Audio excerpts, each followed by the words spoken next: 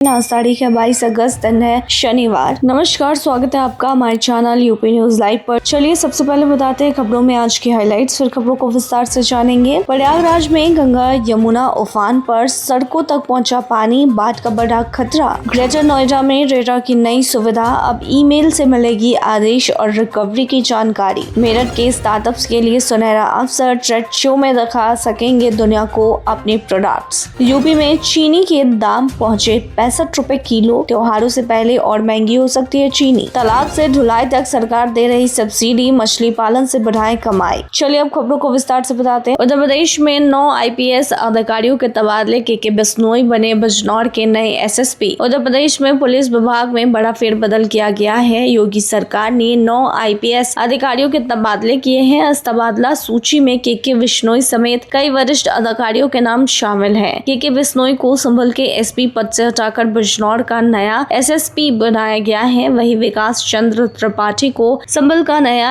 SP नियुक्त किया गया है। मेरठ के SSP अविनाश पांडे का भी तबादला किया गया है और उन्हें पुलिस महानिदेशक मुख्यालय में पुलिस अधीक्षक के पद पर भेजा गया है। उनकी जगह BBGTS मूर्ति को मेरठ का नया SSP बनाया गया है। इसके अलावा सुल्तानपुर की SP चारू निगम को यूपी के 112 लखनऊ भेजा गया है, जबकि विनीत जायसवाल को सुल्तानपुर का नया SP बनाया गया है। विनीत जायसवाल के स्थान पर अभिषेक झा को गोंडा का SP बनाया गया है। वहीं विकास कुमार को बलरामपुर से हटाकर झांसी का SSP बनाया गया है और मार्तन प्रकाश सिंह को बलरामपुर की जिम्मेदारी दी गई है। इस बड़े प्रशासनिक फेरबदल के बाद कई जिलों की पुलिस व्यवस्था में बदलाव देखने को मिलेगी। प्रयागराज में गंगा यमुना उफान पर, सड़कों तक पहुंचा पानी, बाढ़ का खतरा। प्रयागराज में गंगा और यमुना नदियों का जलस्तर लगातार बढ़ने से बाढ़ का खतरा बढ़ गया है। संगम नगरी में कई जगहों पर पानी सड़कों तक पहुंच गया है, जिससे लोगों को परेशानी हो रही है। लगातार बारिश और नदियों के बढ़ते जलस्तर के कारण निचले इलाकों में जलभराव की स्थिति बनी हुई है। प्रशासन पूरी स्थिति पर नजर रख रहा है। प्रयागराज के कई इलाकों में भारी बारिश के कारण सड़कें पानी में डूबी हुई हैं और कुछ स्थानों पर पानी घरों तक पहुंच गया है। वहीं संगम क्षेत्र में भी जलस्तर बढ़ने से दुकानदार और स्थानीय लोग अपने सामान को सुरक्षित स्थानों पर ले जाने लगे हैं। फिलहाल गंगा और यमुना का जलस्तर खतरे के निशान से नीचे बताया जा रहा है, लेकिन लगातार बढ़ते पानी को देखते हुए प्रशासन अलर्ट पर है। जलभराव की स्थिति को देखते हुए इलाहाबाद हाई कोर्ट ने भी मामले में हस्तक्षेप किया है। कोर्ट ने प्रभावित निचले इलाकों से पानी निकालने के लिए पर्याप्त पंप लगाने और जलभराव वाले क्षेत्रों को जल्द से जल्द खाली कराने के निर्देश भी दिए हैं। बिहार में NOC के फेर में अटकी यूपी की सड़क, 3 महीने से निर्माण पर ब्रेक। बिहार के बक्सर में उत्तर प्रदेश से जुड़ी सड़क परियोजना का काम NOC नहीं मिलने के कारण अटक गया है। करीब 76.63 करोड़ रुपए की सड़क परियोजनाओं पर इसका असर पड़ा है। रिपोर्ट के मुताबिक उत्तर प्रदेश की ओर से सड़क निर्माण का काम आगे बढ़ाया जा रहा है, लेकिन बिहार क्षेत्र में निर्माण के लिए जरूरी NOC नहीं मिलने से परियोजना को आगे बढ़ाने में परेशानी हो रही है। बताया जा रहा है कि संबंधित विभाग पिछले करीब 3 महीने से NOC का इंतजार कर रहा है। सड़क निर्माण में देरी के कारण लोगों को आवागमन यानी आने जाने में परेशानी का सामना करना पड़ रहा है और यातायात व्यवस्था भी प्रभावित हो रही है। ग्रेटर नोएडा में रेरा की नई सुविधा, अब ईमेल से मिलेगी आदेश और रिकवरी की जानकारी। ग्रेटर नोएडा के आवंटियों और शिकायतकर्ताओं के लिए राहत की खबर है। उत्तर प्रदेश रेरा ने आदेशों और रिकवरी सर्टिफिकेट से जुड़ी जानकारी उपलब्ध कराने के लिए ईमेल सेवा शुरू की है। अब लोगों को जानकारी लेने के लिए बार बार रेरा कार्यालय जाने की जरूरत नहीं होगी। आवंटी और शिकायतकर्ता ईमेल के जरिए अपने मामले से संबंधित जानकारी प्राप्त कर सकेंगे। इस सुविधा का उद्देश्य रेरा के आदेशों और रिकवरी सर्टिफिकेट के मामलों में पारदर्शिता बढ़ाना है और लोगों को आसानी से जानकारी उपलब्ध कराना है। यूपी रेरा की आधिकारिक वेबसाइट पर भी आदेशों के क्रियान्वयन और रिकवरी सर्टिफिकेट से संबंधित सेवाएं उपलब्ध हैं। नई ईमेल सुविधा से खास तौर पर उन घर खरीदारों को फायदा होगा जो बिल्डर के खिलाफ रेरा में शिकायत करने के बाद अपने मामले की प्रगति और रिकवरी प्रक्रिया की जानकारी चाहते हैं। अब उन्हें संबंधित जानकारी ऑनलाइन माध्यम से हासिल करने होंगे। मेरठ के स्टार्टअप के लिए सुनहरा अवसर, ट्रेड शो में दिखा सकेंगे दुनिया को अपने प्रोडक्ट्स। मेरठ के स्टार्टअप और कारोबारी के लिए बड़ा मौका सामने आया है। Uttar Pradesh international trade show 2026 में मेरठ के उद्यमियों को अपने प्रोडक्ट्स और सेवाओं को देश विदेश के खरीदारों के सामने पेश करने का अवसर मिलेगा। यह ट्रेड शो 25 से 29 सितंबर 2026 तक ग्रेटर नोएडा के India expo centre and mart में आयोजित किया जाएगा। इस आयोजन के जरिए स्टार्टअप, MSME और स्थानीय कारोबारियों को नए ग्राहक, निवेशक और बिजनेस पार्टनर खोजने का मौका मिलेगा। ट्रेड शो में टेक्नोलॉजी, कृषि, handicraft, textile, electronics, health care और ऑटोमोबाइल समेत कई क्षेत्रों से जुड़े प्रोडक्ट्स प्रदर्शित किए जाएंगे। मेरठ के कारोबारी यहाँ अपने उत्पादों की ब्रांडिंग करने के साथ साथ अंतर्राष्ट्रीय बाजार में कारोबार बढ़ाने के लिए नए संपर्क बना सकते हैं। इसमें शामिल होने के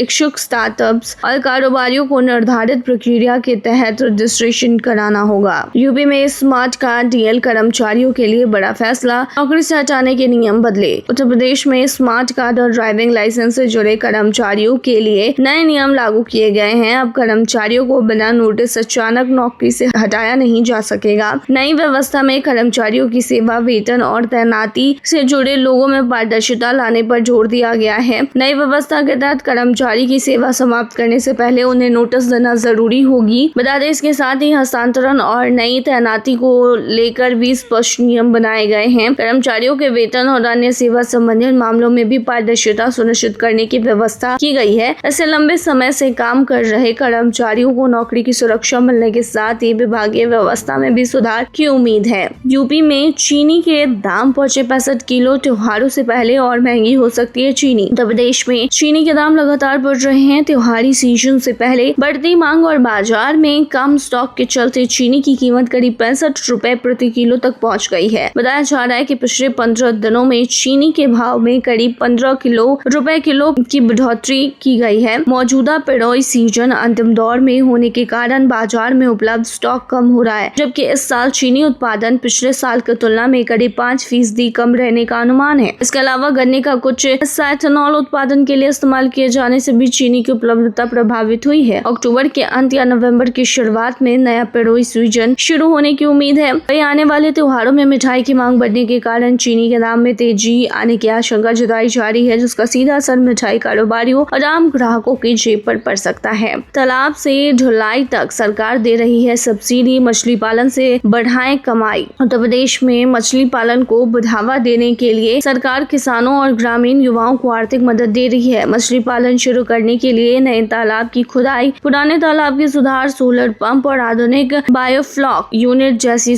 गतिविधियों पर सब्सिडी का प्रावधान है। रिपोर्ट के अनुसार सामान्य श्रेणी के लाभार्थियों को परियोजना लागत का 40% और महिलाओं तथा SC/ST वर्ग के लाभार्थियों को 60% तक वित्तीय सहायता मिल सकती है। इसके अलावा मछली पालन के लिए गुणवत्तापूर्ण बीज, फीड और जरूरी दवाओं पर भी सहायता मिल सकती है। मछली को तालाब से बाजार तक पहुंचाने के लिए आइस बॉक्स वाले साइकिल या 2 पहिया वाहन की खरीद पर भी 25,000 रुपए तक की मदद का प्रावधान बताया गया है। ऐसे किसानों को मछली के ताजा सप्लाई बनाए रखने और बेहतर कीमत हासिल करने में मदद मिल सकती है। योजना का लाभ लेने के लिए उत्तर प्रदेश के मत्स्य विभाग के पोर्टल पर ऑनलाइन आवेदन किया जा सकता है। आवेदन के दौरान Aadhaar card, bank passbook, photo, mobile number और जमीन या फिर तालाब के पट्टे से जुड़े दस्तावेजों की जरूरत पड़ सकती है। आवेदन के बाद विभाग की ओर से दस्तावेजों की जांच और स्थल सत्यापन किया जा सकता है। पात्र पाए जाने पर स्वीकृत सहायता राशि नियमों के अनुसार DBT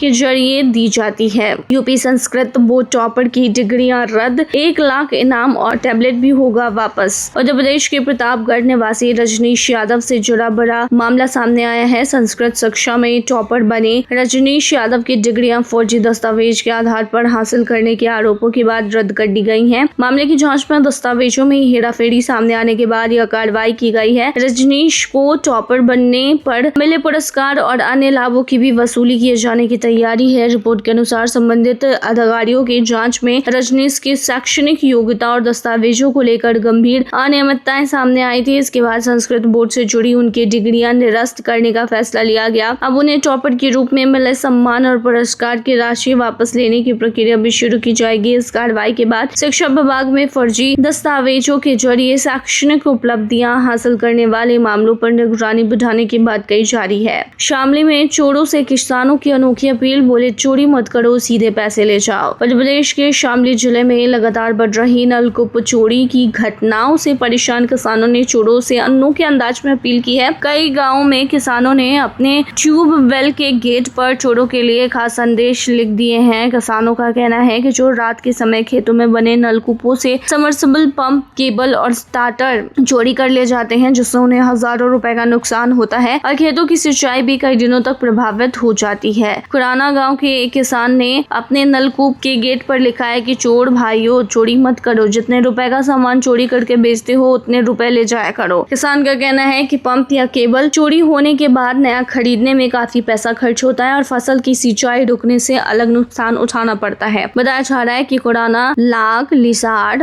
बहावड़ी, बंती खेड़ा, आदमपुर और एलम समेत कई गाँव में अब तक 70 से ज्यादा नलकूप चोरी की घटनाएं हो चुकी हैं। किसानों का आरोप है कि शिकायतों के बावजूद पुलिस की ओर से प्रभावी कार्रवाई नहीं हुई, जिसके चलते कुछ किसान रात में खुद नलकूपों की निगरानी करने को मजबूर है। भारतीय किसान यूनियन ने भी इस मामले पर पुलिस से जल्द कार्रवाई की मांग की है। पुलिस अधिकारियों का कहना है कि चोरी की घटनाओं को रोकने और आरोपितों को पकड़ने के लिए टीम गठित की गई है और जल्द ही गिरोह का खुलासा किया जाए। तो ये थी तमाम जानकारी। बने रहिए ऐसी तमाम खबरों के लिए हमारे चैनल पर।